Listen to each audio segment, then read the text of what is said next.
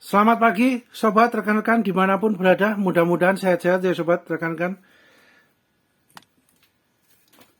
Baik, langsung saja sobat. Kali ini kami berbagi sharing info wawasan tentang ini ya sobat ya, power supply ya sobat ya. Power supply.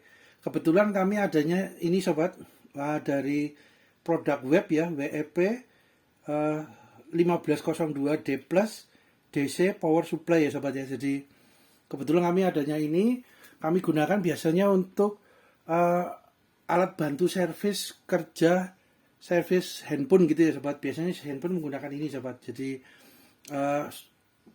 biasanya kami sudah cukup mencukupi kebutuhan kami untuk alat bantu kerja servis handphone. Nah ini 15 ini biasanya sobat, nomor seri ini ya, 15 ini menandakan ini sobat, voltasenya 0 sampai 15 voltase sobat. Biasanya gitu ya sobat ya. Kemudian nomor seri 0,2 ini biasanya menandakan ampernya sobat, 0 sampai 2 ampere. Kan ada juga yang 0,1, 0, berapa itu kan ada ya. Nah, kalau 0,1 biasanya 0 sampai 1 ampere sobat. Kemudian DC power supply, berarti DC ini direct current gitu ya sobat. DC ini direct current, jadi apa searah gitu ya sobat, arus searah gitu ya. Bahasa sederhananya seperti itu sobat. Kemudian untuk fiturnya gitu ya, menunya cukup lumayan banyak sobat. Jadi ini juga dapat kabel untuk outputnya, kutub positif, kutub negatif. Ini yang kabel tesnya ini kutub negatif, kutub positif biasanya merah ya sobat. Kalau yang plus ya, kutub positifnya biasanya merah. Terus kemudian kutub negatifnya minyak biasanya hitam. Itu biasanya gitu sobat. Kemudian seumpama untuk power supply alat bantu servis laptop biasanya lebih besar sobat. Kapasitas dari voltase maupun ampernya biasanya lebih besar sobat, dan itu harganya lumayan juga ya sobat ya, lumayan dananya lumayan besar. Jadi kami berikutnya sobat, kalau kami sudah ada update untuk power supply yang untuk laptop gitu ya, untuk alat bantu kerja laptop, kami akan update lagi, bikin konten YouTube-nya gitu ya, videonya gitu ya sobat. Nah, untuk sementara kami menggunakan ini untuk yang handphone gitu ya sobat. Karena power supply itu juga variasinya banyak ya sobat ya. Bentuknya, macamnya, harganya, fiturnya ya, menunya itu macam-macam banyak sobat. Bervariasinya banyak. Monggo disesuaikan dengan kebutuhan sobat, rekan-rekan gitu ya sobat. Nah, kemudian hal ini juga bukan untuk menyatakan bahwa merek A, produk A lebih baik daripada merek B atau sebaliknya, tidak ya sobat. Karena tiap-tiap peralatan tools equipment tukang dan bengkel mempunyai ciri khas, keunikan, plus minusnya masing-masing sobat. Disesuaikan dengan kebutuhan profesional proyek kerjaan atau budget dana yang tersedia. Power supply ini sobat biasanya kami gunakan berdasarkan di manual booknya juga, seumpamanya ini 15 voltase gitu ya sobat ya. Nah, biasanya kami optimalnya di 80 atau 70 voltase gitu ya sobat. 70% atau 80% dari kemampuan optimalnya gitu ya sobat, supaya di eman-eman biar lebih awet gitu ya sobat ya. Jadi nggak di overload gitu ya, nggak di optimal terus pemakaiannya, enggak sobat. Biasanya sih kami di rentannya 12 volt untuk kejut baterai gitu ya, untuk alat bantu kejut baterai. Jadi baterai memang mati suri, tapi sebenarnya baterai sel-selnya masih bagus di dalam. Itu sel-sel masih bisa dibangkitkan lagi. Yang baterai mati suri itu baterai handphone gitu ya. Itu di voltasenya biasanya yang 12 volt itu lah. Biasanya kami maksimal antara 12 sampai 13 volt ya sobat. Itu estimasinya ya sekitar 70% maupun 80% dari kemampuan optimalnya yang 100% 15 volt ini ya sobat. Jadi kami biasanya main di 12 sampai 13 voltase itu optimalnya sobat. Kami jarang sekali menggunakan beliau dioptimalkan sampai 15 voltase, itu jarang sekali ya sobat. Jadi kalau seumpamanya kita mau membutuhkan yang voltasenya 15 voltase atau lebih, ya kita gunakan power supply yang lebih besar lagi kapasitasnya gitu ya sobat, sampai 30.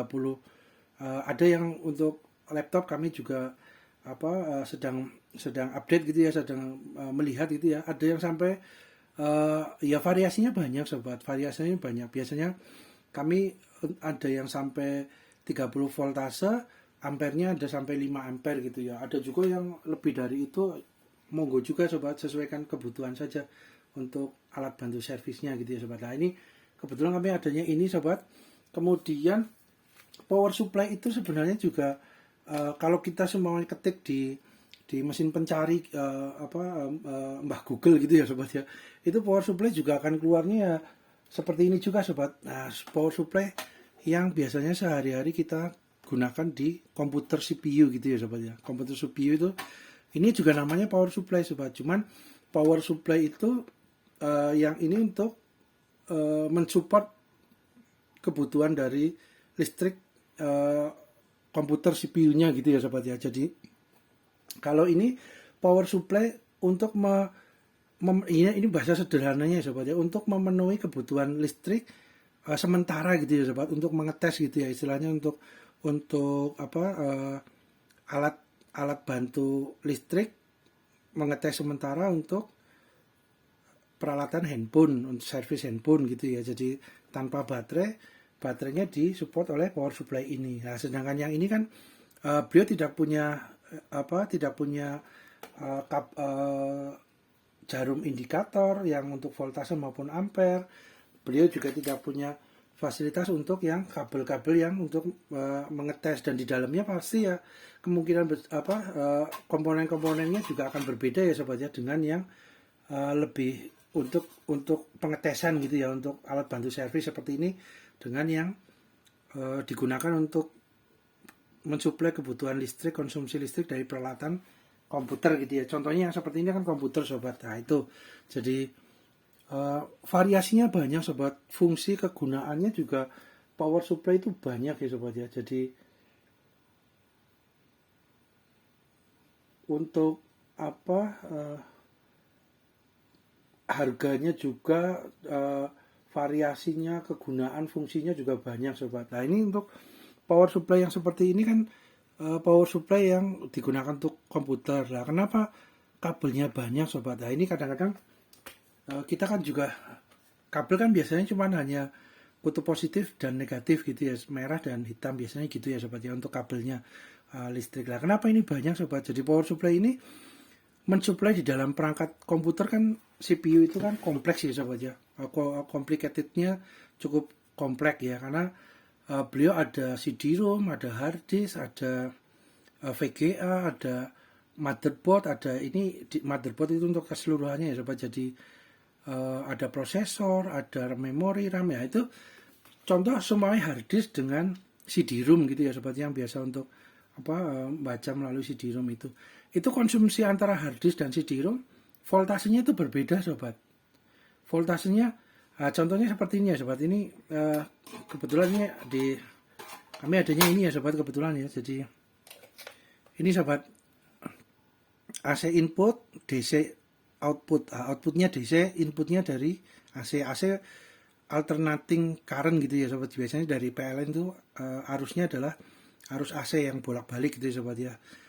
Terus kemudian ini arus AC biasanya arus besar ya sobat, arus besar yang tinggi gitu ya, tegangan maupun voltasenya gitu ya, arus listriknya besar. Kemudian dikonversi atau disesuaikan atau dirubah menjadi DC yang outputnya lebih DC kategorinya kan arus rendah gitu ya sobat ya, arus rendah yang disesuaikan dengan komponen-komponen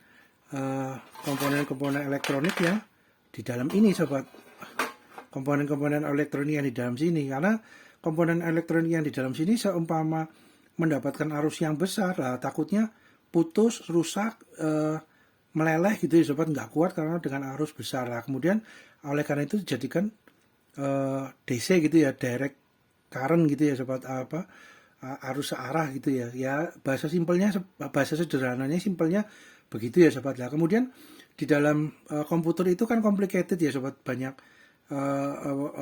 bagian-bagian hard disk dan CD-ROM contohnya. Nah, ini di sini ada nih sobat, kabel orange untuk plusnya voltasenya adalah 3,3 voltase sobat.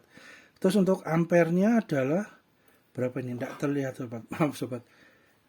Agak kecil. Kita lihat. Agak dekatkan sobat. Nah ini sobat. Ini sekitar berapa ini? 28 ampere ya kalau nggak keliru ya sobat ya. 28 ampere.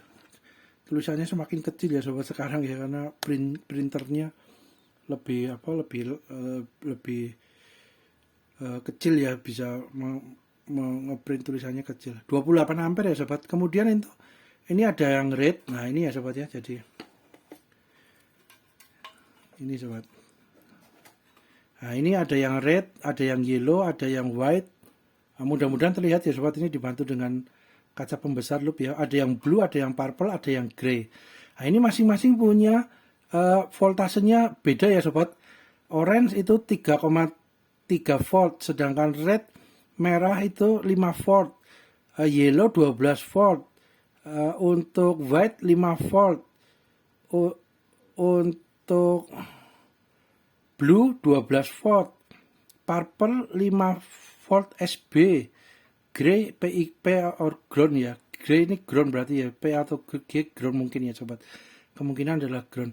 Kemudian untuk ampernya sobat, untuk yang kabel orange adalah 28 ampere, kabel merah itu 34 ampere, yellow 14 ampere, untuk yang white ini 0,5 ampere, blue ini 0,8 ampere, purple itu 2,0 ampere. Nah, gitu ya sobat. Ini grey ini oke. Grey PG kemungkinan adalah groundnya ya sobat ya. Nah, dari sini kenapa kabelnya banyak sobat yang untuk CPU gitu ya sobat, karena memang kebutuhan dari masing-masing komponen di dalamnya agak berbeda untuk konsumsi arus voltase maupun ampernya sobat. Jadi kenapa power supply-nya komputer itu banyak kabelnya? Ya, karena itu sobat. Jadi nanti untuk yang contoh seumpama orange menuju ke hard disk. Nah, untuk yang red merah atau yang yellow menuju ke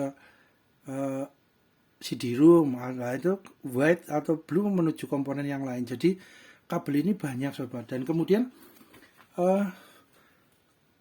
power supply ini kondisinya ini ya sobat ya, mati ya sobat ya. Ini power supply yang untuk CPU ini mati sobat.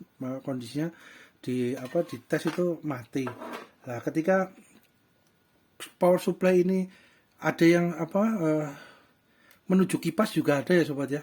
Fan pendingin itu ya, di dalam komputer CPU kan ada pendingin juga. Itu mungkin voltase untuk fan itu kan kecil ya sobat ya, konsumsinya mungkin yang orange ini sobat 3,3 volt ini mungkin kemungkinan adalah untuk yang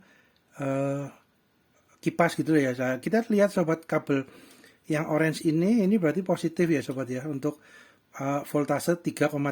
Nah, kemudian untuk yang kabel hitamnya ini, kabel hitamnya adalah untuk negatif yang ini tinggal disesuaikan saja sobat jalurnya, jalur yang mana untuk negatif maupun positifnya untuk masing-masing warna ini. Biasanya kalau yang hitam kan negatif, berarti ini semua negatif yang hitam ya sobat ya. Untuk kutub negatif pasangannya dengan yang positifnya yang oranye mana, positif yang dengan merah mana, yang hijau mana. Nah, itu nanti akan lebih detail lagi ya sobat ya. Jadi kenapa kabelnya banyak ya itu sobat, karena kebutuhan dari pembaginya dari power supply yang di komponen sini ini akan lebih spesifik gitu ya sobat, lebih presisi untuk masing-masing komponen di komputer. Lah ini kemungkinan ya sobat, ini kan disinyalir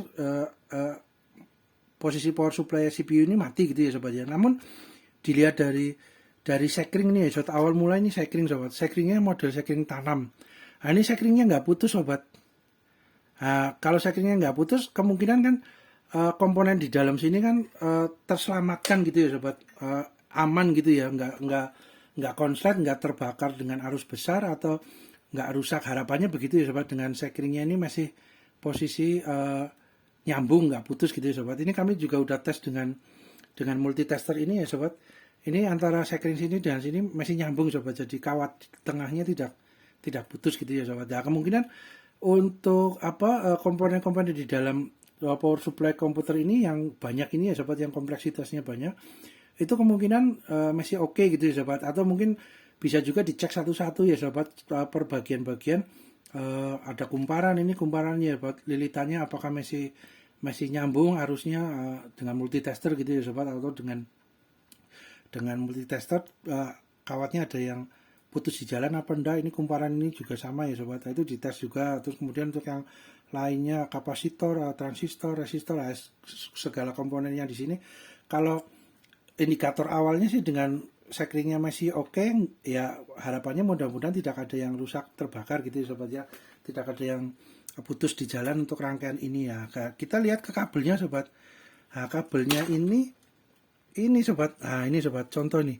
Ini kabelnya kayak hampir meleleh gitu ya sobat. Jadi seperti apa ya, kabel di dalamnya bisa juga putus di jalan sobat, ini kabelnya. Seperti ini contohnya ya sobat ya. Nah, ini kemungkinan mungkin kabelnya ada yang putus di jalan. Nah, ini sobat. Ini biasanya tanda-tanda kabel sudah kemungkinan ya hangus atau putus di dalam gitu ya sobat. Biasanya begitu. Jadi harapannya kalau nanti diganti untuk kabelnya ya power supply komputer ini masih bisa jalan gitu ya sobat. Ini bahasa sederhananya seperti itu ya sobat ya. Jadi ini contoh ya. Terus kemudian nih sobat, ini ada juga yang kabelnya, kabel hijau ini sobat. Ini kemungkinan juga bisa juga putus di jalan gitu ya sobat. Nah, ini dites juga dengan multitester bisa sobat, antara konektor pin ke sini dengan yang di konektor di bawah sini sobat. Itu bisa juga akan terlihat jalurnya putus di jalan apa enggak gitu ya sobat ya. Contohnya sobat, kita ambil multitesternya sebentar sobat.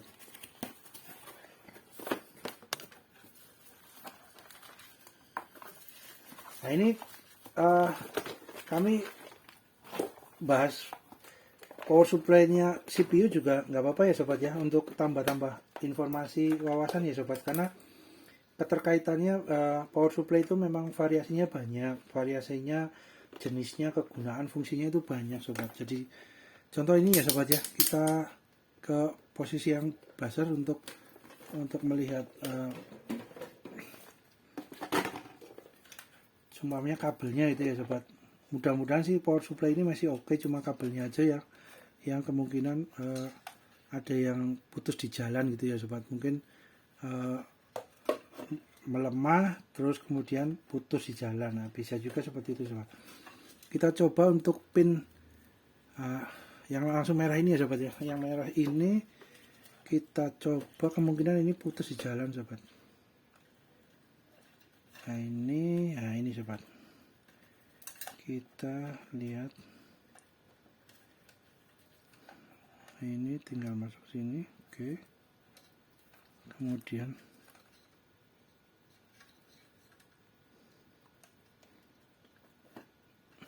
nggak nyala sobat. Coba kita yang paling mudah, posisinya mana? Posisinya terjangkau. Nah, ini sobat, ini yang merah ini. Nah, ini merah, ini posisi di atasnya. Oke, ini. Kemudian kita, nah ini sobat. Ini posisi hidup ya sobat. Nah, itu bunyi buzzernya, ini bunyi sobat. Nah, ini berarti kabelnya yang merah posisi ini masih oke gitu ya sobat, nggak putus di jalan. Nah, kemudian kita coba yang sebelahnya sobat, yang diperkirakan gitu ya, disinyalir ini kabelnya, karena sudah model seperti ini ya sobat, seperti mau meleleh gitu ya. Biasanya itu tanda-tanda kabelnya putus di jalan, biasanya gitu sobat. Cuman ini posisinya agak sulit di tengah-tengah sobat. Nah, ini di tengah-tengah sini kita coba ya sobat. Nah, nggak bunyi sobat, nggak bunyi kabelnya ya. Ini hanya ini aja ya sobat, sekedar info wawasan saja ya sobat. Kalau mau ngecek satu-satu kabelnya dicek ya sobat. Nah, oke, ini jalan. Kemudian yang hijau ini sobat, kemudian yang hijau kita coba. Kemarin kita temukan yang posisi, nah, oh lah ini sobat. Nah, ini malah copot ya sobat, ini posisinya ke sini sobat. Ini posisinya copot. Kita coba ya sobat ya, apakah bunyi. Nah, ini sobat, ini kan posisinya tadi di sini sobat, ini di konektor ini ya sobat ya. Nah, ini copot, mungkin karena sudah korosi juga bisa sobat, atau mungkin kabelnya sudah mulai melemah, akhirnya putus gitu ya sobat di jalan gitu.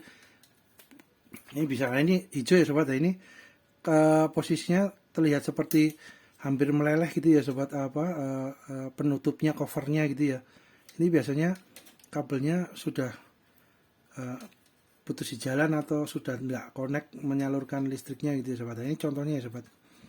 Ini posisinya kita coba ya.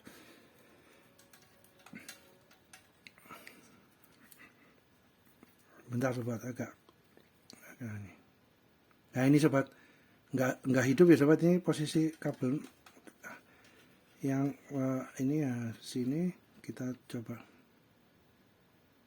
Nah itu sobat, nggak hidup sobat. Nah, ini posisinya dari sini sobat, lepas tadi sudah istilahnya kabel, serat kabelnya yang di dalam ini yang nempel ke dalam konektor pin ini itu sedikit sobat, mungkin atau udah korosi jadi nggak menyambungkan listrik lagi gitu ya sobat. Akhirnya power supply ini secara keseluruhan jadi mati gitu ya sobat. Nah, ini sobat, di sini konektor ini hijau ini tadinya masuk ke sini ya sobat.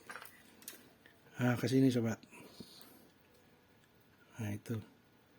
Nah tinggal ini kabelnya nanti diganti. Terus untuk ininya skunnya ini kuningan di dalam ini konektor skunnya itu tinggal